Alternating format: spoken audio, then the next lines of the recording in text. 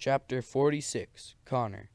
Roland is slowly breaking. He confesses to many things, petty acts of vandalism and theft, that Connor couldn't care less about. But this is going to work. It has to work. Connor has no other plan to bring him to justice. It has to work. "I've done a lot of things," Roland tells him through the 3 bullet holes in the crate, "but I never killed anybody." Connor just listens. He barely speaks to him anymore. Connor finds the less he speaks, the more Roland does. "How do you even know they're dead?" Because I buried them. Me and the Admiral."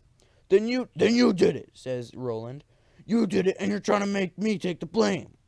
Now Connor begins to see the flaw in his plan.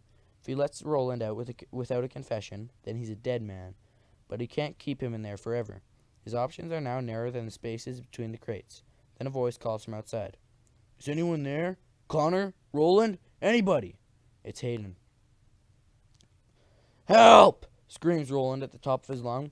"Help! He's crazy! Come in here and let me out!" But his screams don't make it out of the hold. Connor gets up and makes his way out to the entrance. Hayden looks up at him.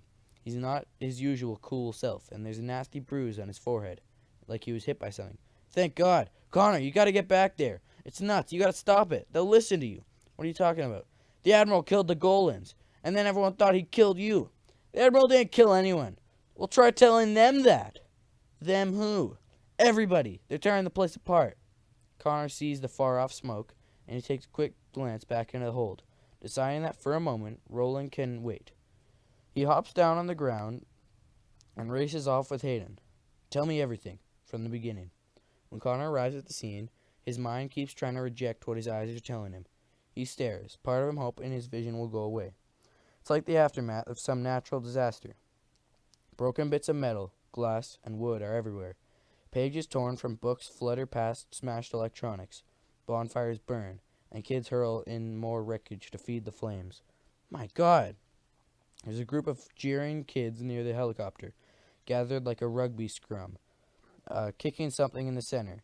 Then Connor realizes it's not something, it's someone. He races in, pulling the kids apart.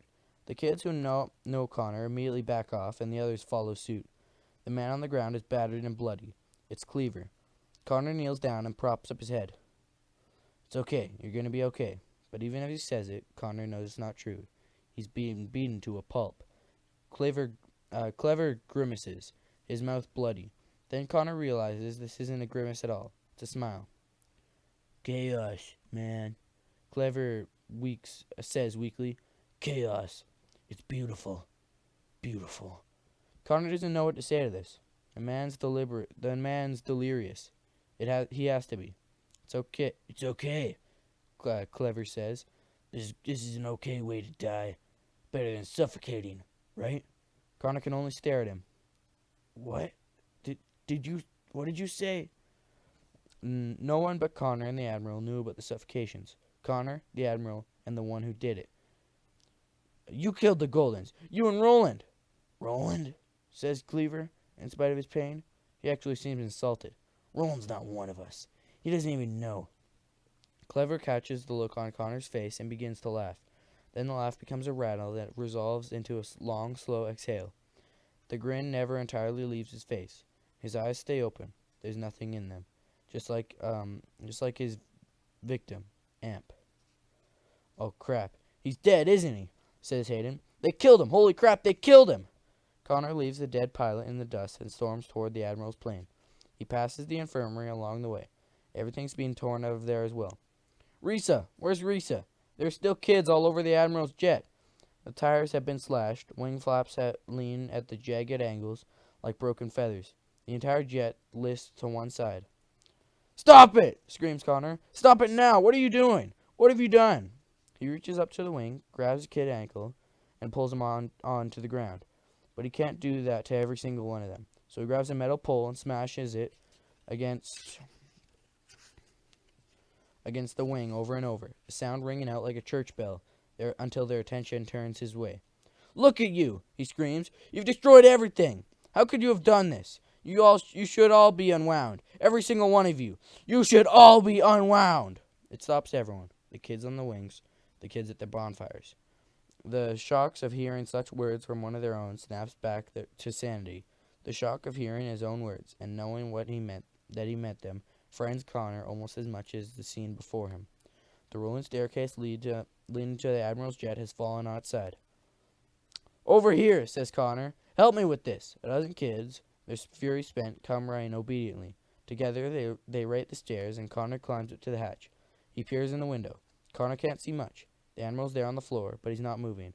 If the Admiral can't get to the door, they'll never be able to get in. Wait, is that someone else in there with him? Suddenly a lever is thrown on the inside, and the hatch begins to swing open.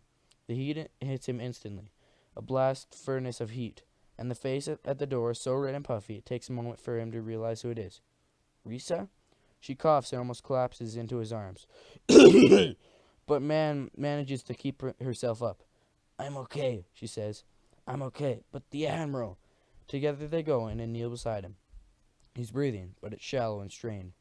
"It's the heat," says Connor, and orders the kids lingering at the door to swing open every hatch. "It's not just the heat," says Risa. "Look at his lips. They're cyanotic, and his pressure is down to nothing." Connor just stares at her, not comprehending. "He's having a heart attack. I've been giving him CPR, but I'm not a doctor. There's only so much I can do." My fault," says the Admiral. "My fault." "Shh," says Connor. "You're gonna be okay."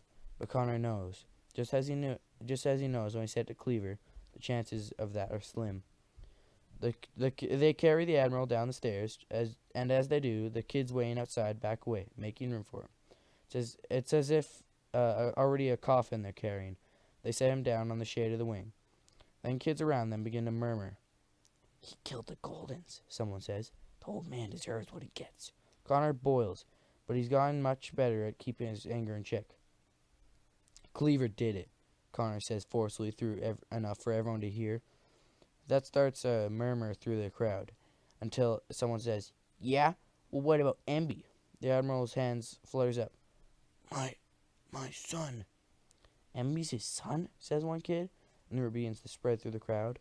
Whatever the Admiral meant, it's lost now in his incoherence as he slips in and out of consciousness. "If we don't get him to the hospital, he'll die," says Risa, giving him chest compressions once more. Connor looks around. The closest thing to a car on the graveyard is the golf cart.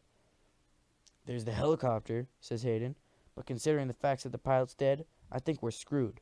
Risa looks at Connor, but he doesn't need to read Risa for morons to know what she's thinking. The pilot is dead, but Cleaver was training another one. "I know what to do," says Connor. "I'll take care of it." Connor stands up and looks around him. The smoke-strained faces, the smoldering bonfires. After today, nothing will be the same. "Hayden," he says, "you're in charge. Get everything under control." "You're kidding me, right?" Connor leaves Hayden to grapple with authority and finds three of the largest kids in his field of vision. You, and you," Connor says. "I need you to come with me to the FedEx jet." Three kids step forward, and Connor leads the way to crate 2399 and Roland. This Connor knows, will not be an easy conversation. That was chapter 46.